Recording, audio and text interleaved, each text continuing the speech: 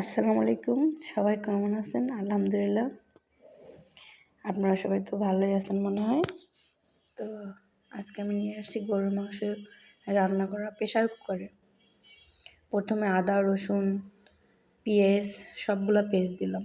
তারপরে হলুদ, মশলা, জিরার গুঁড়া, লবণ, তারপরে শুকনো মরিচের গুঁড়া এগুলো সব দিয়ে তেজপাতা দিলাম। দেওয়ার পরে সুন্দর করে লাড়ার পর ভাজা ভাজা হলে তারপরে মাংসগুলো দিলাম।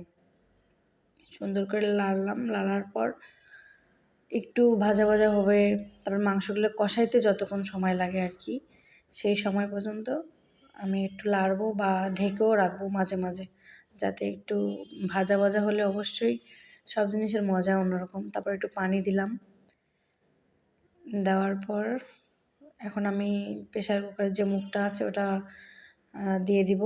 তারপরে এই তো 5টা সিজ দিছি। দেওয়ার পর একদম মাংস অনেক সুন্দর হয়ে গেছে, ঝোলটাও অনেক সুন্দর মাশাআল্লাহ।